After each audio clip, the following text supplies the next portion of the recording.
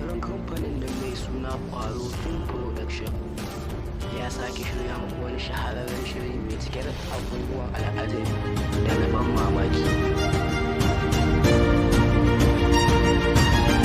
Shiri ne da yake dauke da abubuwa na ban mamaki, abubuwan ban al'ajabi, abubuwa kai har ma da na barkwanci. Kawai ku je kai tsaye a YouTube channel mu mai suna Kwaro Online TV. Ku mana subscribe sannan ku danna alamar ƙararra. Wannan shiri zai zo muku nan ba da jimawa ba. Wallahi sai na yi maganin wannan annobai da hannuna.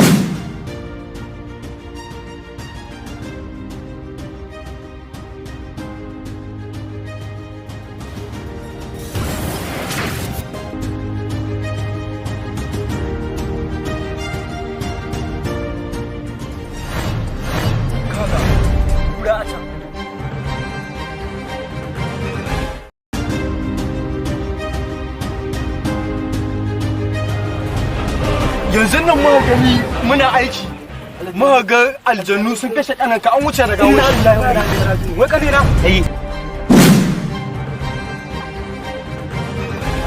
Ko yanzu zan fara ɗaukar fansar ɗan uwana.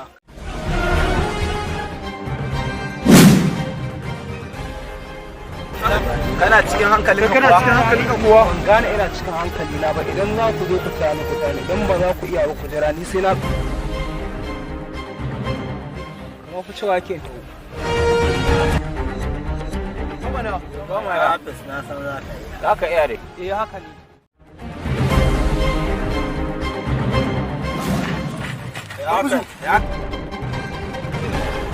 Wannan annoba ta fi ƙarfi da muka ga annoba da idanu. Wata shawara da nake so in baku akan tafiyar nan taku, sannan kuma da irin kayayyakin mutum na gado wa'anda muka gada a wajen mahaifa. Da taswirar dajin nan, na farko dai mutanen da can an gaya mu cewar mafi akasarin abin da ke kama su tarko ne. Wani zaka ga abinci ga yanan kala-kala an aje kana jin yunwa dole ka bi.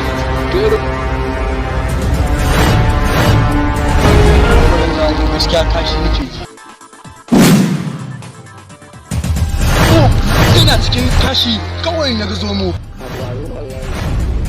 Za ku samu wannan shiri namu zai zo muku nan ba da jimawa ba. Mun gode.